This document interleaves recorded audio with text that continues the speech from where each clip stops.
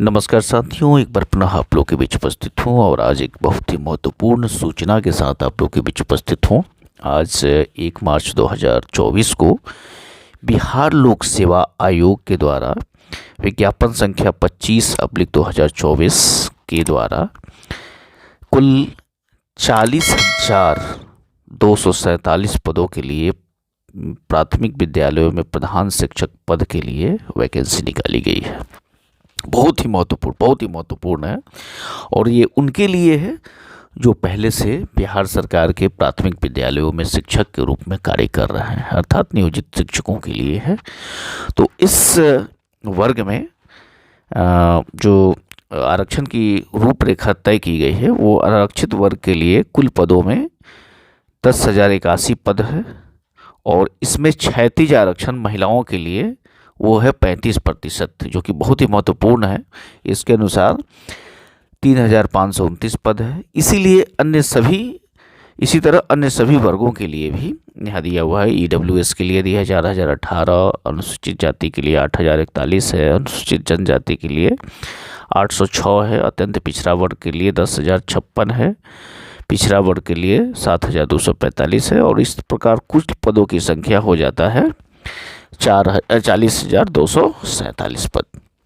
और इस 40,247 पद में कुल महिलाओं के लिए जो पद आरक्षित की गई है वो है 14,093 पद। तो एक बहुत ही महत्वपूर्ण है, महिलाओं के लिए एक विशेष अवसर हमेशा बिहार सरकार दे रही है, इस बार भी दी है और इसमें कुल पदों का 35% उनके लिए आरक्षित किया गया है। इसी तरह सामान्य प्रशासन के द्वारा जो स्वतंत्रता सेनानी हैं उनके लिए, उनके नाती पोता के लिए 2% का आरक्षण जैसे पहले था वैसे इस बार भी है और इनके लिए कुल 803 पद है। आगे बढ़ते जो महत्वपूर्ण चीज़ें हैं उन पर हम लोग बात करेंगे। इसके अनुसार जिलावार जो रिक्ति है वो भी BPSC के वेबसाइट पर उपलब्ध है, इसको आप लोग देख सकते हैं। हाँ, सबसे महत्वपूर्ण है वेतनमान। यहाँ प्रारंभिक वेतनमान जो है निर्धारित किया गया है 30,500, ये बेसिक पे है और इस बेसिक पे पर DA, HRA और मेडिकल अलाउंस ये जोड़ा जाएगा, तो एक अच्छा वेतनमान होगा। इसके अतिरिक्त जो अनिवार्य अर्हता एवं उम्र सीमा, ये काफ़ी इम्पोर्टेंट है।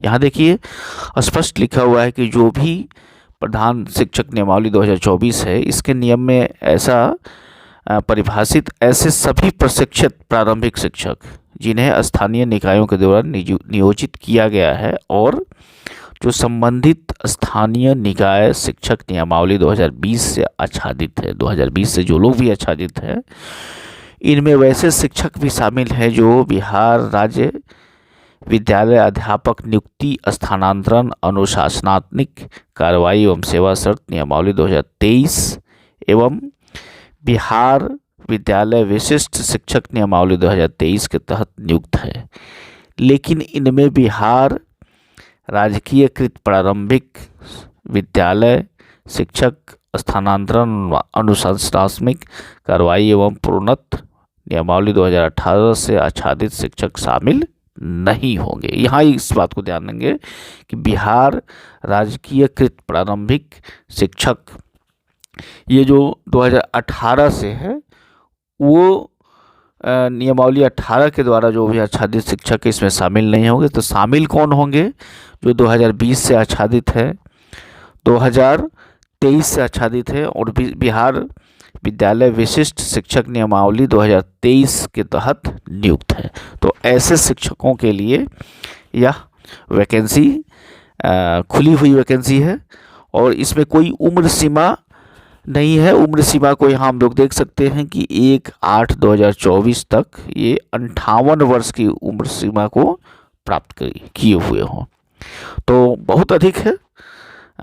हम सभी जानते हैं कि बिहार सरकार में चाहे वो शिक्षक हो या कोई और हो, सबके लिए 60 साल की सेवा को निर्धारित की गई है। तो 60 साल में सिर्फ 2 साल को यहाँ छूट किया गया है और 58 वर्षों तक आप इस सेवा में के अगर हैं तो इस सेवा के लिए आप आवेदन कर सकते हैं। यहाँ स्पष्ट किया गया है कि सरकारी प्रारंभिक विद्यालयों में न्यूनतम 8 वर्षों के शिक्षण अनुभव प्रमाण पत्र हेतु सक्षम प्राधिकार के लिए जिला शिक्षा पदाधिकारी होंगे, वहाँ से आपको लेना होगा। शिक्षण का अनुभव आपको ये देना होगा कि आप न्यूनतम 8 वर्षों से पढ़ा रहे हो इसमें। अच्छा, ये अब इम्पोर्टेंट है कि चयन प्रक्रिया क्या है। तो चयन प्रक्रिया यहाँ इसके लिए एक पेपर होगा, प्रश्नों की संख्या 150 होगा, जिसमें 2 भाग होंगे। पहला भाग जो सामान्य अध्ययन का होगा 75 प्रश्न, और दूसरा भाग जो होगा वो डीएलएड से संबंधित होगा। डीएलएड से संबंधित होगा, इसमें भी 75 अंक होंगे, और ये दोनों ही एमसीक्यू पर आधारित होंगे, वस्तुनिष्ठ एवं बहुविकल्पीय होंगे। इसमें कोई निगेटिव मार्किंग नहीं है, ध्यान देने वाली बात है, कोई निगेटिव मार्किंग नहीं है।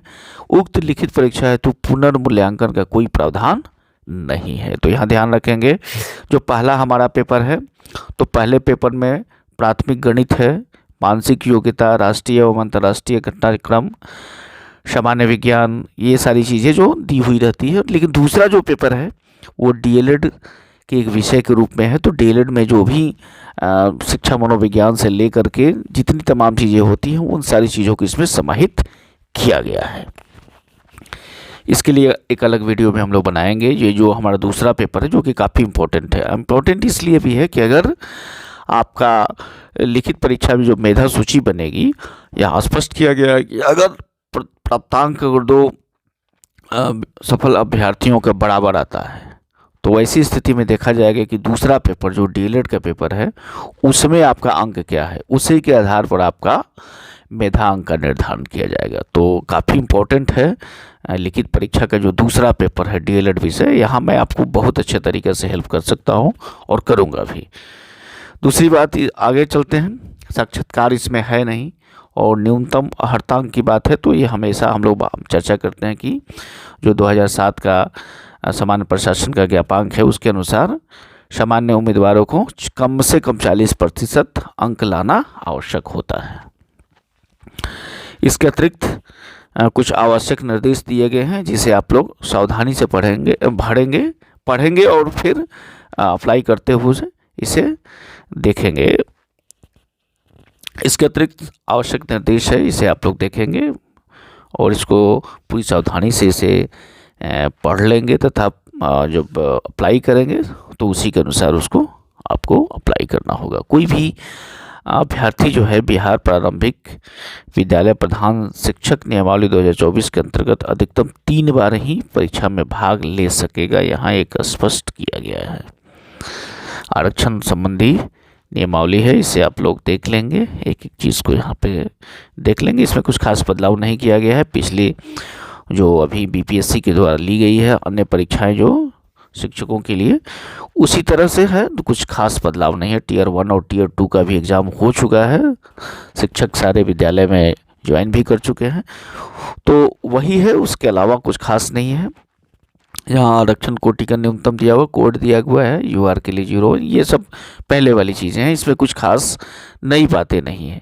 लेकिन एक बार इन सारी चीज़ों को आप अवश्य देख लेंगे, ये सारी चीज़ों को आप देख लेंगे। अभी अलग से कुछ खास नहीं दिया गया है। जो भी जो बीपीएससी टियर 1 टीआरई जो 1 है और टीआरई 0.2, उस सब वही सारी चीज़ें यहाँ दी हुई हैं, कुछ खास अंतर नहीं दिया हुआ है। लेकिन फिर भी आप लोग इसे एक बार अवश्य देख लेंगे।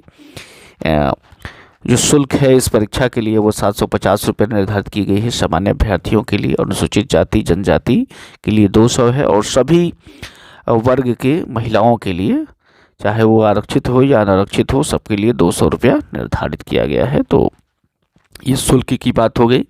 फॉर्म भरने की आवेदन प्रारंभ करने की जो तिथि निर्धारित की गई है वो 11 मार्च है, और अंतिम तिथि इसका 2 अप्रैल है। तो ये सारी चीज़ों को आप लोग देख लेंगे। आप एक एक चीज़ को यहाँ पे देख लेना होगा सावधानी से कि कैसे ऑनलाइन आप आवेदन करना है और किन किन चीज़ों को इसमें देना है आपको, ये सारी चीज़ को आप लोग देख लेंगे। ये पहले की तरह है, इसमें कुछ खास बदलाव नहीं किया गया है। जो मुख्य बदलाव परीक्षा को लेकर के है, परीक्षा की प्रणाली को लेकर के है, तो यहाँ पर 2 पेपर रहेंगे और 2 भाग रहेंगे। पेपर तो एक ही रहेगा, 2 भाग रहेंगे, एक सामान्य अध्ययन का और दूसरा होगा डीएलएड का। तो ये जो भाग है ये टेक्निकल भाग है, इसके लिए हम लोग इस पर काफ़ी मेहनत करके आपके लिए जो भी सामग्री है इसको उपलब्ध कराएंगे, जो कि आपके लिए काफ़ी महत्वपूर्ण साबित हो गया। तो जो भी हमारे शिक्षक बंधु हैं, ये सारे शिक्षक बंधु जो भी इस क्राइटेरिया के अंतर्गत आते हैं, वो लोग इस फॉर्म को अवश्य डालें। उनके लिए एक अच्छा अवसर है प्रधानाध्यापक बनने का, प्रधान शिक्षक बनने का। तो बहुत बहुत धन्यवाद मित्र, चैनल पे बने रहें। नमस्कार।